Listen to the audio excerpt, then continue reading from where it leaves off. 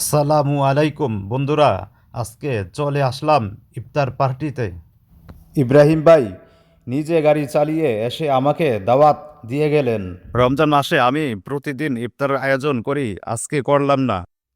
ইফতারের আধা ঘন্টা আগে ইব্রাহিম ভাই আবার ফোন দিয়ে নিশ্চিত করলেন আমি আসছি কিনা। এসে দেখি সবাই ইফতার সাজানো পরিবেশন নিয়ে ব্যস্ত। এই যে ভাই আসা বললাম, একটু পর ফয়সাল ভাইয়ের সাথে দেখা। তিনি আমার জন্য অপেক্ষা করে খোঁজ নিচ্ছিলেন আমি কখন আসব। এই ভালোবাসা, এই আন্তরিকতা প্রবাসে সত্যি অনেক বড় পাওয়া। ইমরান ভাই, আলামিন ভাই, সারোয়ার ভাই, ফয়সাল ভাই সবাই ব্যস্ত ইফতার সাজানো আর পরিবেশন নিয়ে। ধীরে ধীরে আরো পরিচিত মুখগুলো আসতে লাগলো। প্রবাসের মাটিতে এমন মিলন মেলা, মনে হচ্ছিল প্রবাসের মাটিতে যেন ছোট্ট এক টুকরো বাংলাদেশ। অন্যরকম সুন্দর পরিবেশ দেখে ভালো লাগা কাজ করছিল।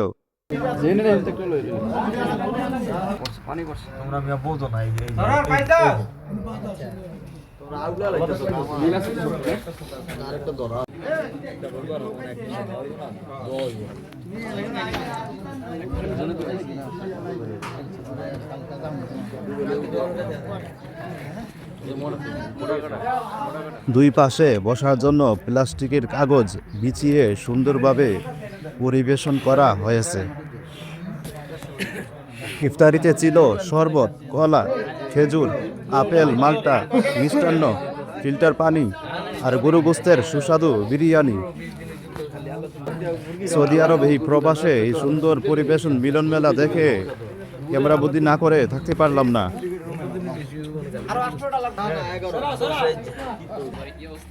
ওয়ান টাইম গ্লাসে শরবত, প্লাস্টিকের প্লেটে খাবার। এই সুন্দর ইফতার পার্টির আয়োজন করেছেন রুবেল ভাই, ইব্রাহিম ভাই, আকরাম ভাই, ফয়সাল ভাই ও ইমরান ভাই, রিয়াদ ভাই, সারোয়ার ভাই ও আরও অনেকেই ছিলেন এই পার্টিতে। সত্যি প্রবাসে বাংলাদেশি ভাইয়েরা সবাই একসাথে ইফতার করা খুবই আনন্দের।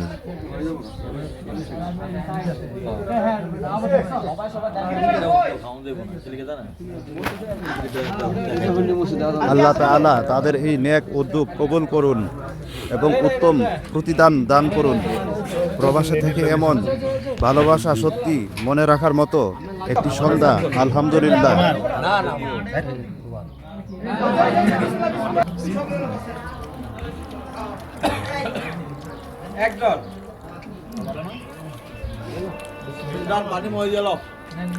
ভিডিওটা কেমন লাগলো বন্ধুরা কমেন্ট করে জানাবেন ও শেয়ার করতে ভুলবেন না।